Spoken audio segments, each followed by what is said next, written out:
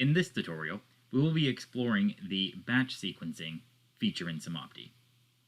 This feature enables users to control the order in which inbound and outbound nominations can move through the supply chain.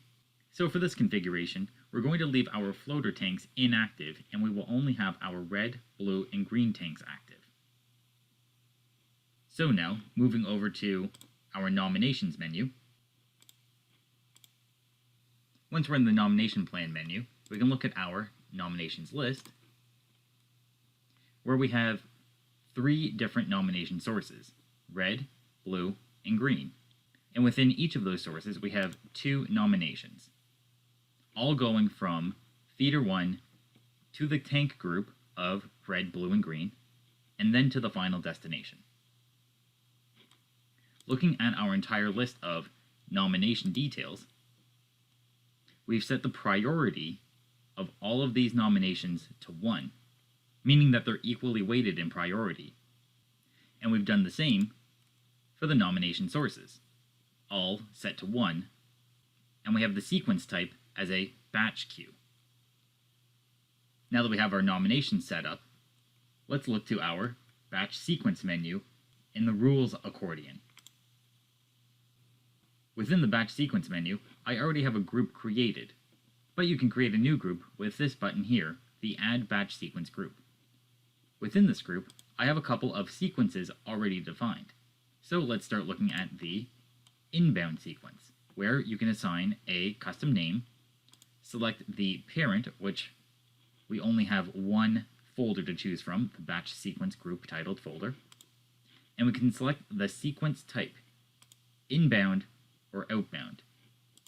So with inbound, these will be nominations that enter the network configuration. And going into the details of this sequence, let's go to the sequence items,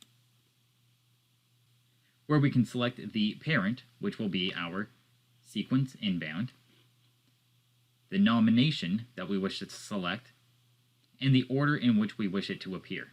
So let's organize these by priority. And in this menu, we can easily select all 6 of our nominations by simply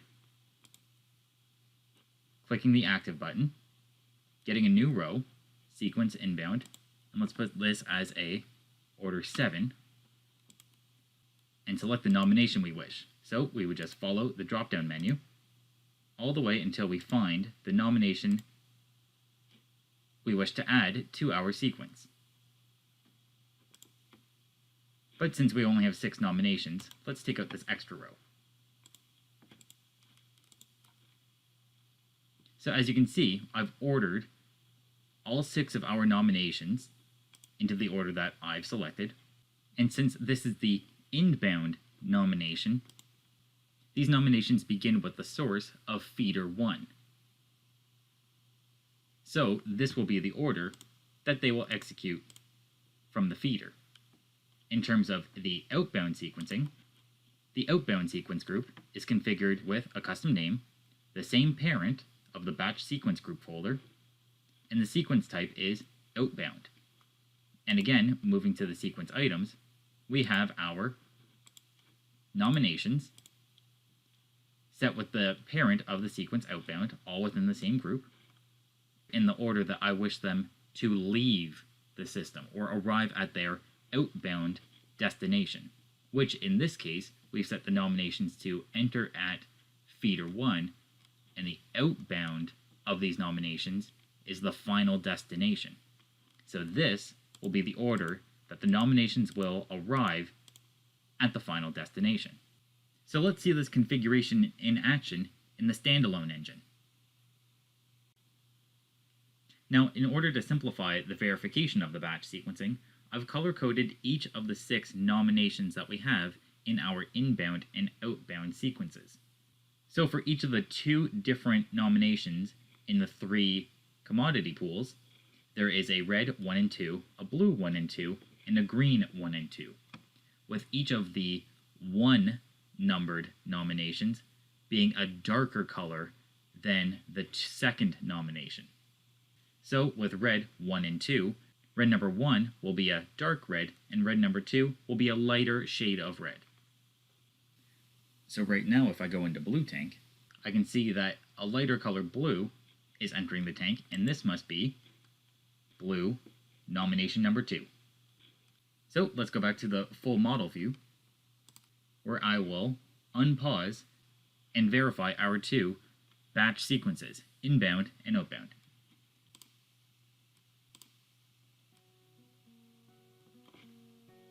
So right now, the first nomination on the inbound batch sequence, blue number 2, is filling up the blue tank. And now we move on to blue number 1.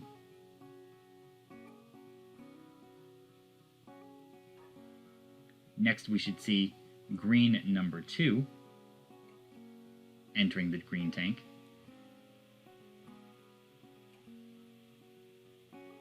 Followed by green number 1. Right after this short little nomination delay that we have on the tank, and perfect.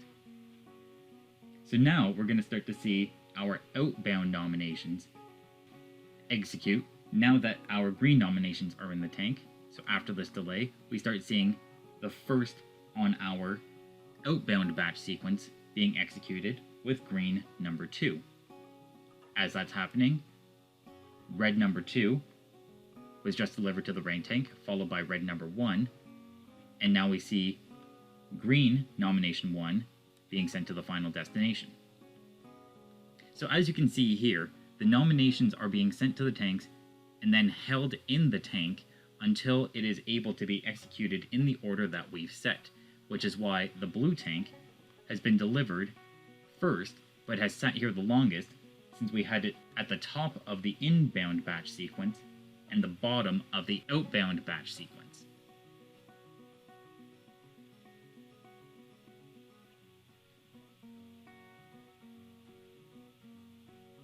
So right now, we can see blue nomination 1 just finishing up, followed by blue nomination 2. And we can verify our final list by looking at the final destination and looking at the order of the received batches, where we can verify our received batches list with our batch sequence outbound list and disregarding the line fill items that were delivered to the final destination.